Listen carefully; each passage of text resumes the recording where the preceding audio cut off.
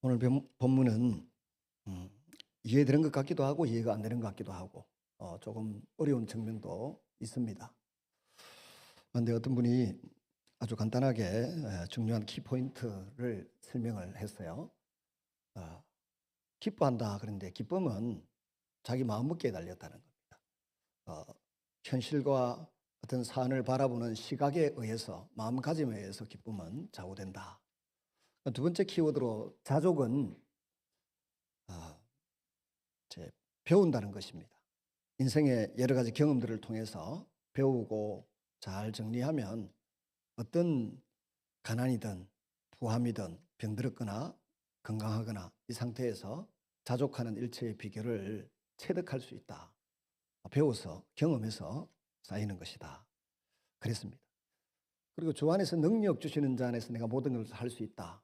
여기에 대한 키워드는 능력인데, 능력은 우리가 일반적으로 생각할 때 뭐 돈도 능력이고 또 지식도 능력이고 어떤 배경, 백그라운드도 능력이에요. 근데 하나님의 일을 하는 데 있어서 중요한 능력은 오직 주님께로부터만 나오는 것입니다.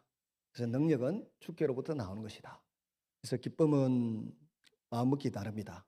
또 자족은 스스로 체득하는 것이다.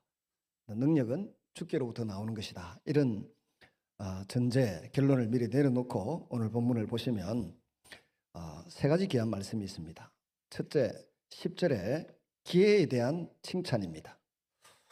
빌보 교회 성도들이 전에도 나를 돕고 싶은 마음이 있어서 데살로니가에서 사역할 때 뭐 여러 가지 후원도 몇 번이나 하고 했던 기억을 되살립니다. 그리고 계속 돕겠다는 의지가 있었던 것 같습니다. 근데 잘 아시는 것처럼 2차 전도 여행 때 사도 바울은 빌보 지역에 들러서 루디아에게 복음을 전하고 그 과정에서 빌보 교회가 시작이 되었습니다. 그리고 이제 3차 전도 여행까지도 마치고 4차 전도 여행 끝에 결국 로마에 가서 감옥에 갇혀 있지 않습니까? 이 긴 세월들 동안에 빌보 교회 성도들은 바울의 소식을 간간히 듣긴 해도 후원하거나 물질을 보내거나 어떻게 할 수 있는 형편이 안 되었어요. 맨날 이곳저곳 돌아다니니 한 곳에 정착을 하고 있지 않으니 어떻게 인편으로 뭘 보내려고 해도 보내기도 어렵고 그랬던 것입니다. 근데 이제는 감옥에 딱 갇혀 있다. 그래서 어려운 시간들을 보내고 있다 하니까 사람을 보내면 도울 수 있잖아요. 그래서 담임 목사 에바브로 디도에게 후원금을 모집해가지고 들려서 지금 로마에까지 보낸 것입니다. 로마에서 그 후원금으로 이제 사식도 먹고 뭐 옷도 따뜻하게 해서 입고 이렇게 하니 너무 감사한 거죠. 그래서 빌립보서라고 하는 편지를 쓴 목적이 뭡니까? 빌립보 교회 성도들에게 고맙다, 감사하다, 내가 너무 기쁘다, 안심해라. 에바브로 디도도 병들었다가 다 나았다. 이 기쁨을 전달하는 목적으로 이 빌립보서를 쓴 것입니다.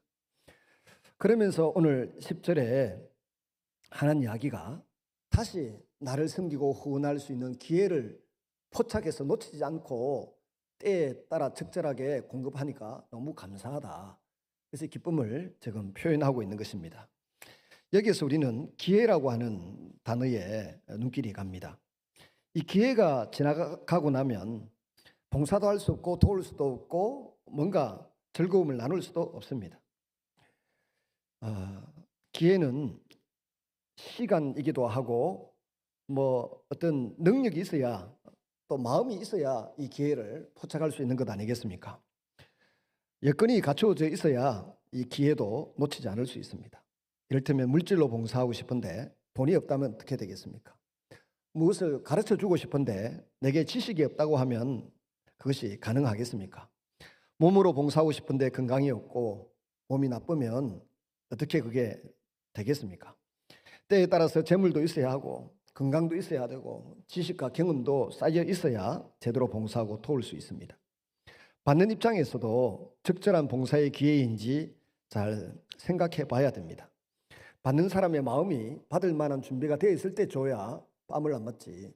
받을 마음이 안 돼 있는데 툭 사랑이라고 건네주고 무슨 말을 했다가는 큰 낭패를 당할 수가 있습니다. 그래서 마태복음 7장 6절에 너희 진주를 돼지 앞에 던지지 말라라고 예수님 말씀하셨습니다. 지금 마음 상태가 좋지 못한 사람에게 봉사한다고 혹은 위로한다고 말을 잘못 건넸다가 오히려 어려움을 겪기가 십상입니다. 그러므로 받는 사람의 마음, 그것도 잘 헤아려서 해야 한다는 것입니다. 또 중요한 것은 필요입니다. 무엇이 필요한지, 다시 말하면 물질이 필요한 사람, 그 사람에게는 물질을 좀 건네줘야 되고, 위로가 필요한 사람에게 위로의 말을 건네줘야 되고, 그래야 되는 것 아니겠습니까? 위로한답시고 남 속도 모르고 이러쿵 저러쿵 다 해봤자 소용이 없습니다. 욥이 9개월간의 혹독한 시련 가운데 빠졌습니다.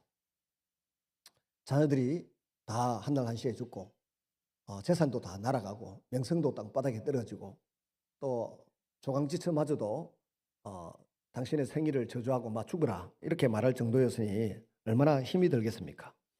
세 친구가 멀리서 찾아와서 금식 기도를 하면서 다윗을 욥을 위로하려고 합니다.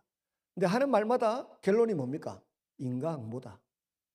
네가 한 행동이 있으니까 그 결과로 이런 일을 지금 맞는 거 아니냐. 위로한다고 하는 말이 위로가 전혀 안 되는 겁니다.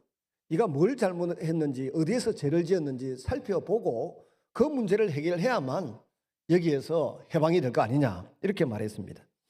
욥이 참다가 기분이 상해서 이 사람들아 제발 입을 좀 다물어라.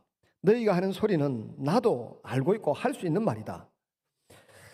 상대방이 무엇이 필요한지, 어떤 위로의 말이 필요한지, 어떤 돈이 필요한지 알아야 합니다.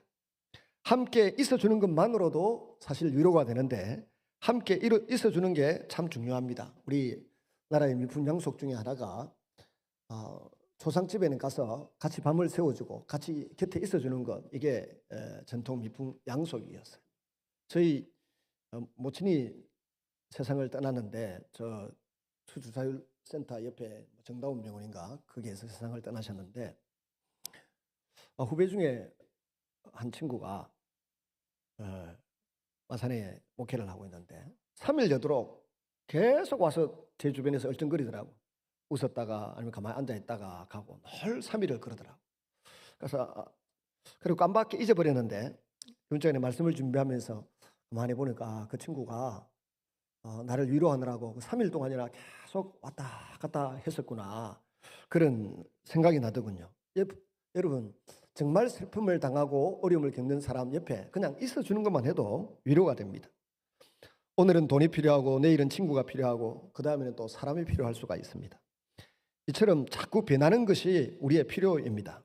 그러므로 봉사의 일을 하려고 하면 상대방의 필요가 어떻게 바뀌어 가는지 정확하게 간파할 수 있어야 합니다. 건강한 사람에게 필요한 것이 있고 허약한 사람에게 필요한 것이 있습니다. 연세 드신 분에게 필요한 것이 있고 젊은이들에게 필요한 것이 있습니다. 그 필요에 적중해야 합니다. 주려고 하는 사람과 받는 사람의 기회가 잘 맞아야 합니다. 여러분, 어떤 사람은 칭찬해 주기를 기다리는 사람이 있습니다. 어떤 모임에 가만히 있다 보면 지금쯤 칭찬해 주기를 바라는구나 이렇게 느껴지는 사람이 있고, 어떤 사람은 사과를 기다리는 사람도 있습니다. 내가 말이 실수했거나 어떤 행동으로 누군가에게 잘못했으면 그 상대방은 아픈 마음으로 사과하고 관계가 회복되기를 간절히 바라는 마음이 있는데 그 용기를 필요로 합니다. 칭찬은 별 용기를 안 내도 되지만은 사과는 아주 용기를 내야만 다른 사람을 향하여 그 말을 할 수가 있습니다. 그럴 때에 용기를 내셔야 됩니다. 같이 살아가다가 보면 본의 아니게 실수할 수 있고 잘못할 수도 있는데 그게 느껴지면 빨리 문자라도 보내서 그때 내가 실언을 한 것 같다, 잘못한 것 같다, 사과를 해야 관계가 회복이 됩니다.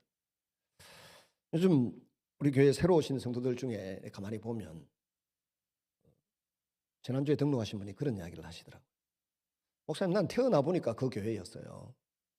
나이가 50이 넘어 60이 가까워 오는데 그 교회 중직자였다가 간두고 나오셔서 등록을 우리 교회에 이제 지난주에 우리 송장모님이 설득을 해서 시켰습니다. 그리고 하는 이야기 들으니까 태어나니까 그 교회였고 50년, 거의 60년을 그 교회에 있다가 나왔어요. 생각하면 할수록 목회자의 책임이 이제 무거워지는 거죠. 목회자의 관계와의 관계가 아닐 수도 있습니다. 성도들과의 관계가 문제가 되어서 그럴 수도 있습니다. 그것도 사실은 잘 지도하고 가르쳐야만 그 깨어진 관계를 다시 회복시켜 줄 수 있지 않겠습니까? 그런 측면에서 드리는 말씀입니다. 여러분, 우리의 신앙생활이라고 하는 것이 때로는 지혜가 필요하고, 때로는 간용이 필요하고, 때로는 품어야 용서해야 되는, 용서를 구해야 되는 일들도 있다는 것을 염두에 두시기를 바랍니다. 지금 사도 바울의 형편이 어떻습니까? 그는 감옥에 있습니다. 지금 바깥에서 도와주기에 아주 적절한 시간입니다. 지금이야말로 감옥에 있는 바울에게 위로가 필요하고, 중보기도가 필요하고, 물질이 필요하고, 당장 춥고 배고프고 어려울 이때에 바울을 도와주지 않으면 언제 도와줄 수 있겠습니까? 그래서 우리는 사도 바울의 이 10절의 고백을 귀하게 봅니다. 내가 주 안에서 크게 기뻐함은 너희가 나를 생각하던 것이 이제 다시 싹이 남이니. 자신을 생각해서 데살로니가에서 선교할 때 도와주고 했던 그 마음들이 다시 싹이 이렇게 솟아나고 있다는 것입니다. 바울이 지혜롭고 배려하는 마음으로 이런 말을 하고 있는 것을 보게 됩니다. 너희가 지금까지 나를 도울 마음이 있었다. 근데 기회가 없었을 뿐이다. 그들의 심정과 형편을 충분히 이해하고 배려하는 듯한 말을 먼저 합니다. 아마도 바울이 마게도냐를 떠날 때 빌보 교회 성도들이 바울의 선교비를 후원하겠다는 약속을 했던 것으로 보입니다. 그런데 바울이 한 곳에 정착을 못하고 있습니다. 성령의 감동을 따라, 인도하심을 따라 이곳저곳 다니면서 복음을 전하고, 때로는 핍박을 받아 쫓겨다니면서 복음을 전하고 있습니다. 어디로 후원금을 보내야 될지, 또 위로자를 보내야 될지 모릅니다. 요즘처럼 온라인 계좌가 있는 것도 아니고, 카카오톡이 있는 것도 아니고, 스마트폰이 있는 것도 아니지 않습니까? 그러나 과거의 한 약속을 지속적으로 지키고 싶어도 후원할 수 있는 방법이 없습니다. 뭐 어디 있는지 알아야, 형편이 어떤지 알아야 돕든지 할 것 아닙니까? 그래서 잊고 지낸 세월이 꽤 되었습니다. 수년의 세월이 지나간 뒤에 바울이 로마 감옥에 그것도 갇혀 지낸다고 하는 이야기를 전해 들었습니다. 이때서야 빌립보 교회 성도들이 아이쿠야, 우리 사도 바울 선생님이 떠나실 때 우리가 계속 돕기로 약속했는데 그동안 돕지를 못했구나. 미안한 마음에 급히 서둘러서 모금하고 담임 목사 에바브로디도 편으로 후원금을 보낸 것입니다. 바울의 입장에서 그동안 그 사람들이 무심하더니 이제야 생각이 났나 보네 하고 생각할 수도 있었습니다. 섭섭한 마음을 가질 수도 있었습니다. 그러나 바울은 너희가 생각은 늘 했지만 기회를 포착하지 못했었다. 그야말로 덕이 넘치는 모습으로 말을 아름답게 합니다. 이 기독교인의 인격이 이럴 때 드러나는 것입니다. 다른 사람의 마음을 넉넉히 배려해가면서 상처 주지 않고 말하는 것입니다. 여러분, 주변 사람들의 마음을 나쁘게 보고 평가절하하고 격하시키는 것은 우리의 허물입니다. 이와 같이 같은 맥락에서 예수님의 생애에서도 이런 모습이 종종 드러납니다. 상대방을 배려해서 위로하는 그런 모습. 예수님이 마가 요한의 다락방에서 유월절 마지막 유월절 절기를 지키는데 그 유월절 절기를 그때의 성찬식으로 바꾸어 주십니다. 그리고는 한 10분에서 15분 정도 걸리는 거리, 마가 요한의 다락방이 있는 그곳에서부터 겟세마네 동산까지 걸어갑니다. 찬양하면서 가는데 갑자기 얼굴에 근심이 가득 차고 번뇌가 가득 차고 두려워하고 심히 놀라십니다. 그리고는 겟세마네 동산 입구에 지금까지 그때 그 수천 년 된 그 감람나무가 그 자리에 서 있어요. 사람들만 몇 사람이. 그리고 거기에서 돌 하나 던질 만한 거리, 제 기억으로는 최소한 50m에서 한 70m 정도의 거리에 그 바위가 있더라고요. 교회당 안에 지금은 들어가 있죠. 그 바위에 가셔서 간절히 기도하셨습니다. 얼마나 간절히 기도했든지 여러분 이마에서 땀이 떨어지는데 핏방울처럼 보이더라. 진액이 쏟아지더라. 여러분 기도를 그렇게 심하게 해보셨습니까? 저도 제 돌아보니까 젊은 날에 정말 한겨울에 영하 체감 온도 27도인데도 이마에 온몸에 기도회를 마치 금요 심야일을 마치고 집에 가니까 온몸에 땀으로 범벅이 되어 있더라. 강원도 대관령에 조그만 그 막사에서 예배당이 있었습니다. 교회당이 없었죠. 막사에서. 땀이 그냥 막 흘러내리는 겁니다. 그렇게 간절히 기도하고 있는 예수님의 울부짖는 소리도 그들의 귀에 들렸습니다. 아버지여 내 원대로 하지 마옵시고 아버지의 원대로 되기를 원하나이다. 십자가 내가 처음에는 너무 힘겹다고 했지만 하나님 원하시면 내가 이 십자가를 지겠습니다. 이런 간절한 기도를 드리고 있는 마당에 이제 조금 허리도 펼 겸 해서 베드로와 야고보와 요한 이 12제자 중에 최고의 수제자군 아닙니까? 1그룹이에요. 가봤더니 그들이 다 뭐 하고 있습니까? 꾸벅꾸벅 졸고 있습니다. 야, 이 사람들아, 내가 너희들을 위해서 지금 십자가에서 죽을까 말까 생고생하고 있는데 잠을 자다니 이 변방덕한 이 철없는 것들아, 이렇게 할 수 있는 감정이에요.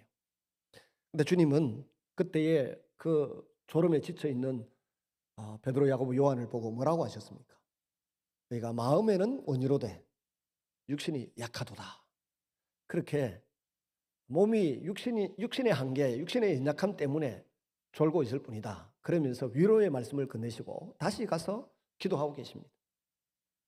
그리고 하나님으로부터 강한 응답의 확신을 가지고 난 이후에 내 원대로 하지 마옵시고 아버지의 원대로 되기를 원하나이다. 이렇게 기도하고 자리에서 벌떡 일어섰더니 로마의 군병들, 성전의 경비병들이 그냥 찾아와서 예수님을 포박해서 끌고 가는 것입니다. 이때 예수님은 제자들에게 마음은 온유로되 육신이 약하도다. 너희가 마음은 있었으나 기회가 없었는데 다시 그 싹이 남을 인해서 내가 주 안에서 크게 기뻐한다. 바울의 이 말과 일맥상통하는 것입니다. 여러분, 우리가 다른 사람들에게 충고를 건넬 때 상대방이 시험 들지 않도록 기도 많이 하고 또 배려도 많이 해보고 생각도 해보고 건네야 됩니다. 그렇지 않고 말을 잘못 건네면 참 관계가 이 원수지간이 되기 십상입니다. 전에 우리 교회 와서 누가 설교를 하는데 막 영어를 자꾸 쓰더라고. 근데 손 엉터리 발음을 쓰는 거예요. 저 목사들 망신이다. 저런 영어를 쓰나. Early in the morning을 Early in the morning이라 쓰더라고. 강 기분. 말을 해야 되나 말아야 되나 고민을 하고 또 박 목사님하고도 의논도 해보고 말 못했어요. 못하겠더라고. 근데 옛날 같으면 했을 겁니다. 옛날에 저는 어땠는가 하면 어려서부터 가정에서 동네에서 자라면서 제일 큰 미덕 중에 하나가 뭔가 하면은 솔직하게 말하면, 정직하게 말하면, 단도직입하면 이게 미덕인 줄 알았어요. 근데 예수님 믿고 신앙생활 한 10년쯤 지나니까 이 솔직한 게 미덕이 아니더구만요. 솔직하면 다 원수시간이 돼요. 부부지간에도 너무 솔직하면 안 돼요. 너무 솔직해가지고 처갓집 온갖 안 좋은 거 이야기하고 시댁에 안 좋은 거 막 이야기하고 그러면 그 부부가 하나가 되겠습니까? 교회에서도 성도들이 목사한테 너무 솔직하면 목사 잠도 못 자고 밥도 못 먹어요. 제가 여러분에게 솔직하게 다 이야기하면 여러분도 교회가 요 하나밖에 없나? 이 동네도 교회 많다 하면서 다녔다가 오늘 사도 바울이나 예수님은 상대방을 쭉 배려하면서 그들의 마음을 넉넉히 알아서 이해하고 품어주면서 그들을 위로하면서 나아가는 모습을 볼 수 있습니다. 이 훈련을 우리 성도들은 해야 돼요. 근데 성경에 이렇게 가르치고 이런 모범을 보여줘도 이게 실제로 그런 사람을 만나기 전에는 이렇게 우리 몸으로 잘 체득이 안 돼요. 교회 생활은 이렇게 하는 것이다. 신앙생활은 이렇게 하는 것이다. 성경에 있어요. 근데 그걸 실제로 행동하고 실천하는 사람을 봐야만 그게 내가 본받아서 실천이 잘 되지. 내가 뭐 성경에서 은혜 받았다, 설교에 은혜 받았다 해서 금방 그게 순종으로 나타나고 인격으로 변화되지 않더라고요. 저희에게 밥을 잘 사주시는 목사님이 계셨어요. 지금 80이 되셨는데 아직 80인데도 정신이 말짱하더라고요. 젊은 사람보다 훨씬 말짱하더라고요. 늘 밥 사주면서 하는 말이에요. 아유, 남 목사님 귀한 시간을 내주셔서 감사합니다. 우리는 밥을 너무 넣은 기쁨에 그것도 고기 사준다는데 앉아있는데 늘 이분은 하는 말씀이 남 목사님 귀한 시간 내주셔서 감사합니다. 그 50대 초반부터 그 이야기를 늘 들어왔는데 20년을 들었잖아요. 거의 40대 뭐 후반부터 너희들은 늘 그러세요. 귀한 시간 내주셔서 감사합니다. 그러고 밥 사주고 선물 주고 뭐 이러시더라고.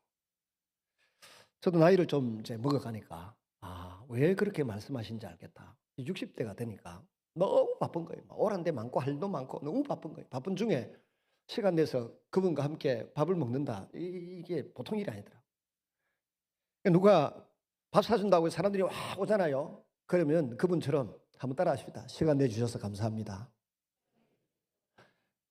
그리 하고 식사 대접을 하면 더 큰 은혜를 그날은 못 받아도 저처럼 한 20년 지나고 나니까 정말 은혜를 받아가지고 이런 고백을 하지 않습니까? 우리 교회 안에 말씀을 상대방을 배려하면서 정말 잘하시는 분들이 계세요. 그런 분들을 기도해가지고 찾아가지고 보고 자주 만나면서 배우시기를 바랍니다. 사도 바울은 빌립보 교회 성도들에게 가혹한 평가를 내리지 않고 오히려 후하게 생각을 해줍니다. 그래서 너희들이 돕고 싶은 생각은 있었으나 내가 하도 여기저기 정처 없이 떠돌아다니니까 너희한테 그동안 기회가 없었다.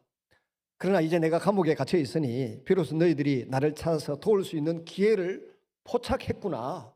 그래서 에바브로디도도 보내고 부흥건도 보내고 했구나. 너무 감사하다. 너무 기쁘다. 이렇게 표현을 하고 있는 것이죠. 그러면서 더 보내라는 소리가 아니다라고 또 잘라서 말하죠.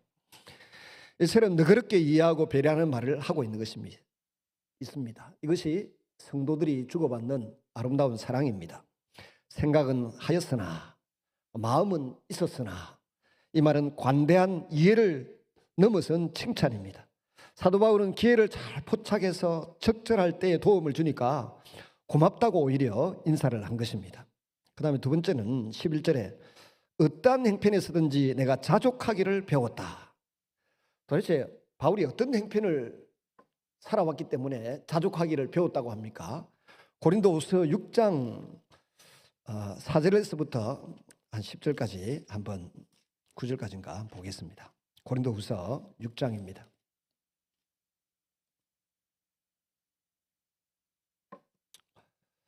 6장 4절부터 10절까지 같이 읽겠습니다.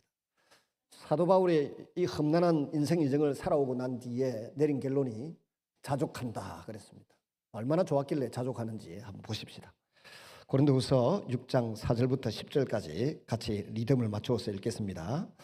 오직 모든 일에 하나님의 일꾼으로 자천하여 많이 견디는 것과 환난과 궁핍과 고난과 매맞음과 갇힘과 난동과 수고로움과 자지 못함과 먹지 못함 가운데서도 깨끗함과 지식과 오래 참음과 자비함과 성령의 감화와 거짓이 없는 사랑과 진리의 말씀과 하나님의 능력으로 의의 무기를 좌우에 가지고 영광과 욕됨으로 그러했으며 악한 이름과 아름다운 이름으로 그러했느니라. 우리는 속이는 자 같으나 참되고 무명한 자 같으나 유명한 자요 죽은 자 같으나 보라 우리가 살아있고 징계를 받는 자 같으나 죽임을 당하지 아니하고 근심하는 자 같으나 항상 기뻐하고 가난한 자 같으나 많은 사람을 부유하게 하고 아무것도 없는 자 같으나 모든 것을 가진 자로다. 자족했다고 하는데 보세요. 그 배경이 어떻습니까? 오래 견디고 참아야 했다는 겁니다. 4절에 환난이 있었고 궁핍이 있었고 고난이 있고 매로 두들겨 맞고 갇히고 난동 부리는 자들이 있었고 수고로움과 잠도 못 자고 먹지도 못하고 이런 가운데서도 자족의 비결을 배웠다는 것입니다. 그리고 8절을 보시면 영광과 욕됨이 교차했고 악한 이름과 아름다운 이름으로 그랬다는 겁니다. 우리가 누구를 속이는 것 같으나 속인 것이 아니고 참된 것이었다. 무명한 자 같으나 유명한 자고 거의 죽은 자 같았으나 우리가 죽임을 당하지 않았다. 다른 본문을 보면 사방으로 우겨쌈을 당했으나 내가 살아남았다. 이런 고백을 하고 있습니다. 이런 여러 가지 인생의 정황과 경로를 통해서 그는 자족을 배웠다는 것입니다. 체득했다 그런 겁니다.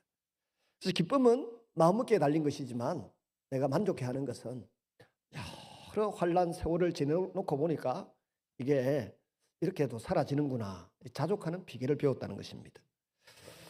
저도 인생을 살아오면서 참 힘들었던 시간들이 많이 있었습니다. 주로 젊었을 때였던 것 같습니다. 20대, 30대 그때가 지금보다 훨씬 힘들고 어려웠고 지위도 가진 것도 없었을 때인 것 같습니다.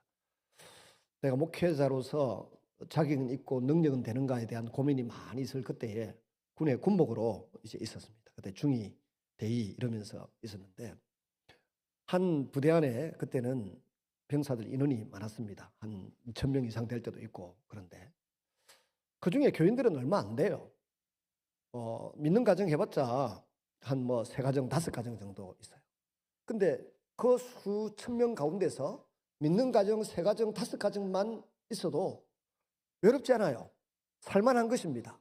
함께 시장도 가고 함께 희노애락을 함께 나누고 충분히 사라지더라고요. 그때 제가 체득한 것이 뭔가 하면 내가 많은 사람에게 인정을 받고 점수를 얻고 뭐 사랑을 주고받고 해야만 행복하고 사는 것이 아니구나.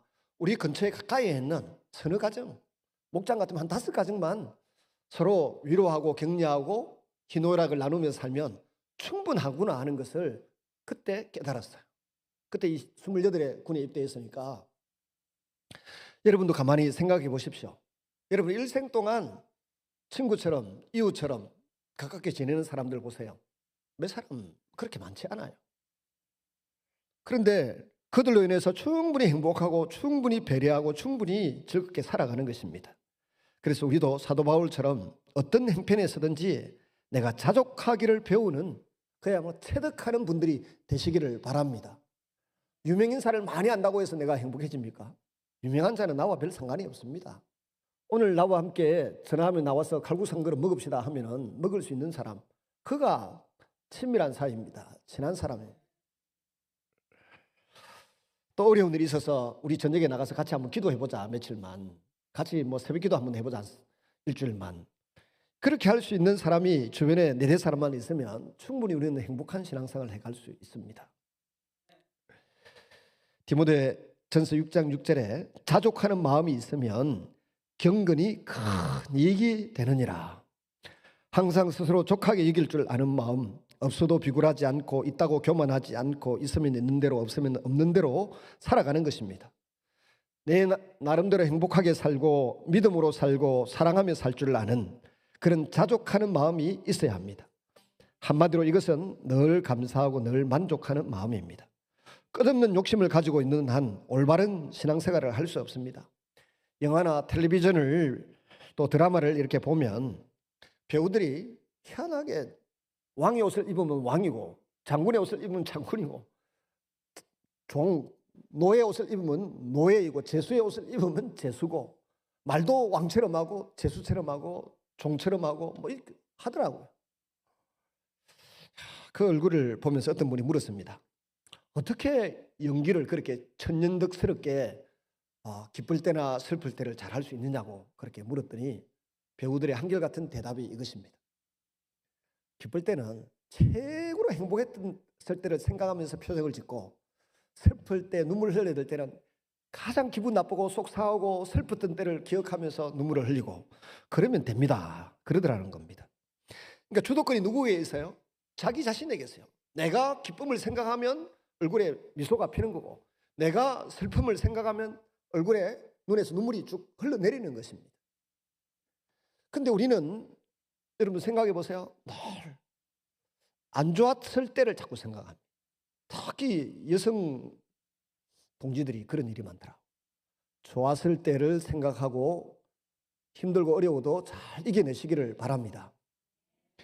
우울증에 걸리고 불면증에 걸리는 사람들의 주특기가 뭡니까? 자꾸 안 좋은 걸 되새김질하고 또 묵상하고 또 이야기하고 한숨 크게 내십니다. 근데 긍정적인 사람은 안 좋았을 때 거는 빨리 잊어버립니다. 그리고 좋았을 때, 행복했을 때, 기쁨이 가득 찼을 때 고마운 거 이런 걸 자꾸 생각하면서 에너지를 자꾸 뿜어내는 거죠. 그래서 우리가 하나님 말씀을 은혜를 자꾸 묵상하면 은혜가 넘치게 되고 고통스러운 거, 괴로운 거, 내가 죄지었던 거, 범죄했던 거 하나님도 기억 안 하시겠다고 했는데 쉴 데 없이 내가 자꾸 낚아 올려서 그걸 거론하고 또 거론하고 팔자 타령하면 망하는 것입니다. 그렇게 되지 않도록 죄나 어려웠던 기억들을 다시 내 마음의 바다 깊은 곳에서 낚아 올리지 마시기를 바랍니다. 오히려 주님 베푸신 은혜, 주님 주셨던 말씀, 이걸 되새김질하면서 묵상하면서 기도할 때 우리의 영은 회복되고 우리의 미래는 아름답게 빛나게 될 줄로 믿습니다. 그래서 자족하는 비결을 그렇게 배워가는 것이죠.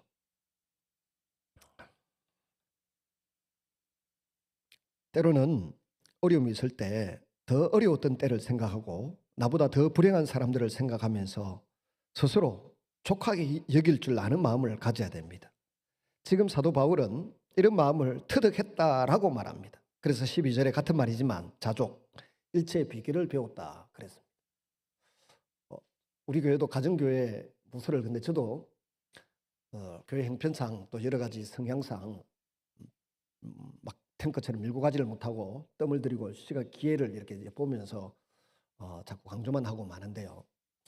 가정교회 하시는 목사님들 모임이 있어요. 창원에만 해도 한 20분 정도 됩니다. 그래서 그 모임에 가보면 번듯한 교회당을 가지고 있는 목사는 3사람밖에 없어요. 가보니까 지난번에 진동교회, 우리 교회, 창원 침례교회 그 정도밖에 없어요. 그 모임에는 가음정교회도 가정교회를 한다고 하고 있는데 하여튼 우리 그룹에 단톡에 들어와 있는 사람들은 저는 1년에 한 번쯤 갑니다. 근데 자꾸 가자 하니까 제 아내가 너무 힘들다는 거예요. 뭐가 힘드냐 했더니 전부 다 상가에서 고생하거나 아니면 시골에 단독주택 하나 얻어가지고 거기에 방 하나에서 성도들 3-4명 됐고 가정교회라는 교회를 모토로 한번 세워보겠다고 몸부림치는 젊은 목사님들 많이 있어요. 그때를 보면 우리는 한 번도 경험해보지 못한 고난의 세월을 보내는 목회자들이 거기 15명 이상 있다고 생각해 보세요. 힘든 사람 자꾸 만나면 마음이 같이 힘들어지는 것입니다. 그런데 반대로 생각해 보면 제가 마음이 힘들고 어려울 때 그 15명을 쭉 생각해 보면 그분들에게는 우리 교회는 왕궁처럼 보일 것이고 그분들이 볼 때 저는 억수로 높은 자리에 유명한 사람으로 잘 살아가는 사람을 보일 거 아니냐 그런 생각을 가끔 하니까 이게 위로가 되기 시작하더라고요. 어려운 가운데. 여러분 그렇잖아요. 우리 아이가 성적이 90점 받아봐서 기분이 팍 나쁜데 옆집 아이는 85점 받았더라 이러면 얼굴에 샥 미소가 피듯이. 그러니까 나의 불행하고 힘든 것만 생각하지 마시고 내 주변에 있는 다른 많은 어려운 가운데서도 굳건하게 버티면서 살아가고 있는 수많은 사람들을 생각하면서 힘을 내실 수 있기를 바랍니다. 그러면 12절에 같은 말인데 일체의 비결을 배웠다라고 자신의 경험을 통해서도 다른 사람을 통해서도 배웠다라고 말하고 있는 것입니다. 가난해도 그만이고 부유해도 그만이다. 배불러도 그만이요 배고파도 그만이다.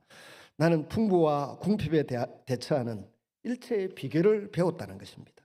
사람에는 역시 만족의 비결이 필요한 법입니다. 행복이란 스스로 생각하기 나름인 것 같습니다. 마지막으로 이제 11절에서 12절 배우느라고 말합니다. 자족하기도 배우고 일체의 비결을 배웠다라고 말합니다. 배운다는 것은 사실 시간이 좀 걸리는 문제입니다. 공부에도 일정한 코스가 있습니다. 과정이 있습니다. 초등학교 학생에게 대학교 교과서를 읽으라고 하면 그 뜻을 알 수가 없습니다. 결국 중학교, 고등학교를 거치고 난 이후에 대학생들이 보는 그 교재가 이해되기 시작합니다. 이것도 또 학사가 있고 석사가 있고 박사가 있어요. 이 박사를 마친 사람만 읽을 수 있는 책들이 또 있어요. 그러니까 이게 청청시야입니다. 이렇게 단계를 밟아가야 깨닫게 되는 것입니다. 건너뛸 수 있는 것이 아닙니다. 따라서 하나님의 말씀을 배우고 그 거룩한 능력을 힘입어서 일체의 비결을 체득하려고 하면 반드시 하나님의 커리큘럼에 들어가야 됩니다. 그 코스를 잘 밟아야 합니다. 하나님의 시간표에 따라가도 다 배우기가 쉽지 않습니다. 기도를 배우고 물질을 배우고 육체와 혼과 영혼의 차이를 배우고 섬김이 어떤 것인지 배우고 말을 은혜롭게 하는 것도 배우고 표정을 은혜롭게 기도살이 붙어야 된다는데 기도를 많이 하다 보면 얼굴에 기도 많이 하는 사람 태가 난대요. 태가. 그런 것도 배워야 되고 사랑에 대한 것, 가정에 대한 것, 권위자, 권력자들에 대해서도 배워야 합니다. 우리 교회 성도들 가운데 저를 따라서 테레스리아사 TD 모임에 가보신 분들이 들어 있습니다. 그분들도 아마 같은 고백을 할 텐데 내가 기독교인으로서 인생을 살아오면서 가장 행복하고 즐겁고 만족의 극대화를 경험한 적이 언제냐라고 물으면 그 3박 4일에 데레스디아스에 갔을 때였을 것이다. 이렇게 아마 다 경험을 공통적으로 고백할 수 있을 것입니다. 최고의 인생, 예수 믿는 예수쟁이로서의 최고의 행복이 거기에 있었어요. 얼마나 많은 사람들이 모스크바에서 미국에서 다 몰려와가지고 자기 돈 내고 자기 회비 내고 와서 우리를 위하여 걸어가고 있는 길에 무릎 꿇고 중보기도를 하고 물질로 섬기고 봉사하는 그 모습, 지위나 약한 한마, 최고의 대학의 교수들도 있고 어디서 저 식당 주방하던 사람도 있고 얼마나 섬기는지, 이게 사랑이구나. 그 사랑이 있고 그 헌신과 눈물이 있는 곳에 들어가니 회개하라고 안 하는데도 막 얼마나 3일 내도록 수도꼭지 서는 것처럼 눈물을 흘리고 울고 나오고 그래서 이게 파급력이 너무 크니까 어중간한 분들이 그걸 무슨 경계해야 될 프로그램 사상 묶어가지고 못하게 해놓고 자기들은 다 경험하고 와서 그렇게 하고 있는 것을 보게 됩니다. 무슨 말씀인가 하면 예수 믿는 것이 내가 보는 게 전부가 아니고 내가 경험한 게 전부가 아니라는 것입니다. 놀라운 이적이 있고 놀라운 표적이 있고 놀라운 은혜와 사랑이 있고 놀라운 섬김이 있다는 것입니다. 거기에까지 우리의 믿음이 자라갈 수 있기를 바랍니다.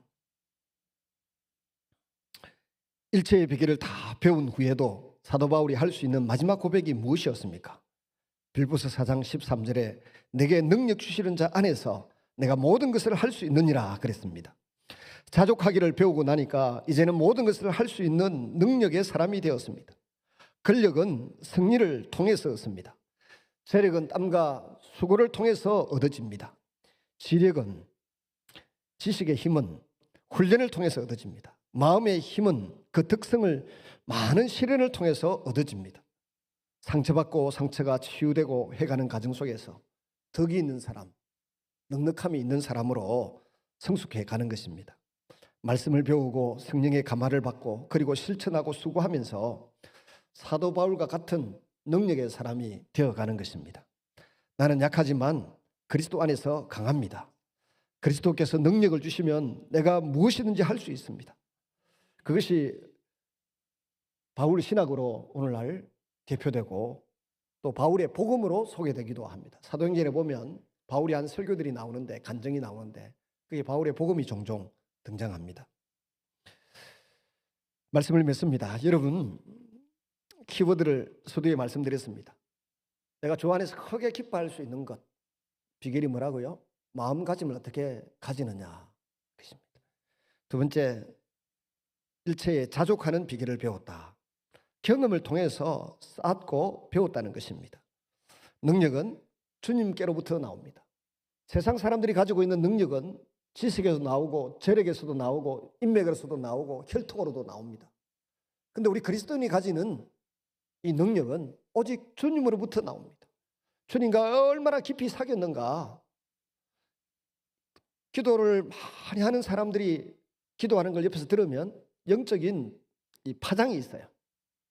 또 기도를 많이 하는 사람들이 하는 설교를 들어보면 어떤 영적인 파장이 밀려와요.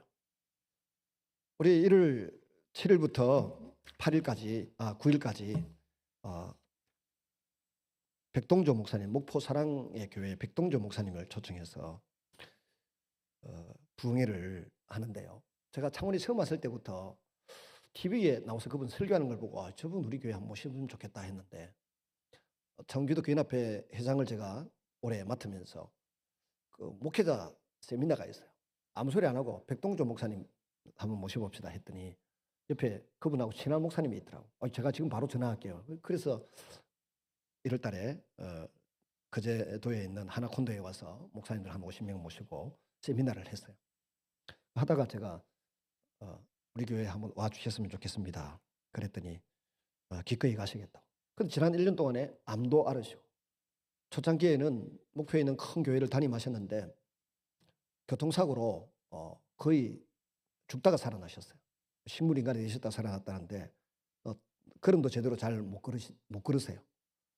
일찍 나는 소아마비인 줄 알았더니 뒤에 보니까 교통사고로 옆구리에 차가 공격해 들어와서 그냥 다 망가졌대요.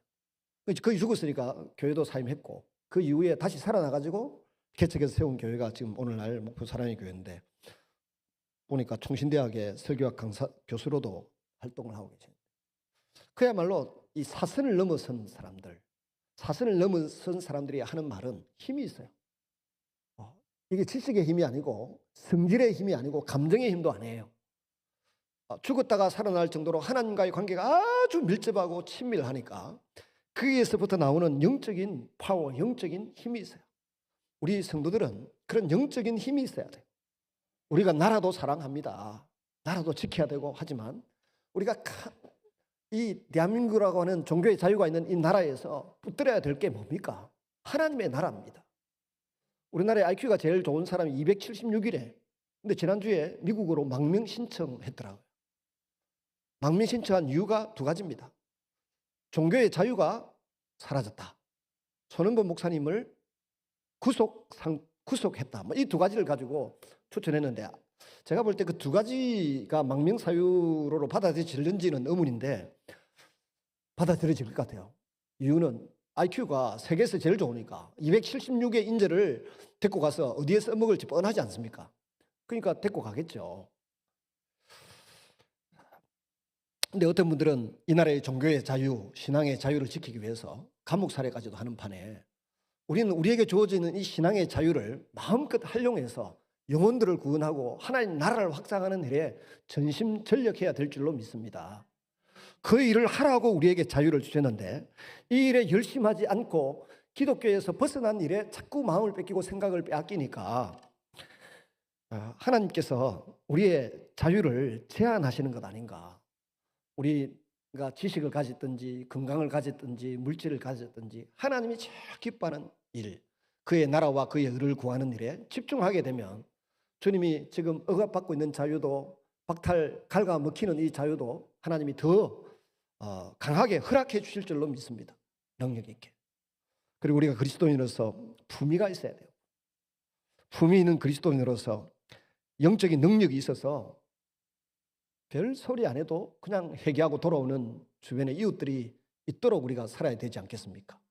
살스피니 같은 사람은 어머니한테 가서 거듭나고 난 이후에, 변호사 28살의 변호사가 거듭나고 난 이후에 어머니에 가서 딱 한마디 했대요.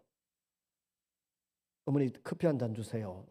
그래서 차 쟁반에 들고 온 어머니를 보면서 요즘 어머니 기도 소리를 들어본 적이 오래되었네요 했더니 어머니가 그 자리에서 차찬을 떨어뜨리면서 회개하고 돌아서더라 합니다. 심지어 찰스 피니를 목사로 만든 그 담임 목사님이 계셨어요. 게일인가 하는 목사님인데 500명 모이는 큰 교회 담임 목사님이셨는데 또 목사 훈련을 찰스 피니를 훈련시킨 목사님이세요. 근데 나이 60이 되어가지고 피니에게 이 담임 목사님이 이렇게 말씀하셨대요. 피니, 이제 보니까 내가 거듭난 목사가 아니었어. 거듭난 그리스도인이 아니었어. 내가 내 자신에게 쏘갔던 것 같아. 이렇게 이야기했다는 것입니다. 이런 일들이 많이 있을 수 있습니다. 그러므로 우리가 하나님 앞에 1대1로 진정으로 거듭나는 그리스도인, 진정으로 주님을 사랑하는 마음, 진정으로 영적인 힘을 가진 목회자가 되고 성도가 되어서 이 우리에게 주어지는 기회에 복음을 전하고 섬길 수 있는 사람들이 될 수 있기를 주님의 이름으로 축원합니다. 기도하십시다. 자비로우신 아버지 하나님, 오늘 이 아침에도 우리를 주님 앞에 불러내어 주셔서 감사합니다. 바울의 심정으로 크게 기뻐하고 즐거워하며 섬김의 기회를 놓치지 않는 저희가 되게 하여 주시옵소서. 부하든지 가난하든지 옥에 있든지 감옥 밖에 있든지 우리가 자유인으로 부름받았으니 하나님의 나라를 위하여, 진리의 말씀을 위하여 복음을 힘써 전하는 그의 나라와 그의 의를 구하는 친백성들이 되게 하여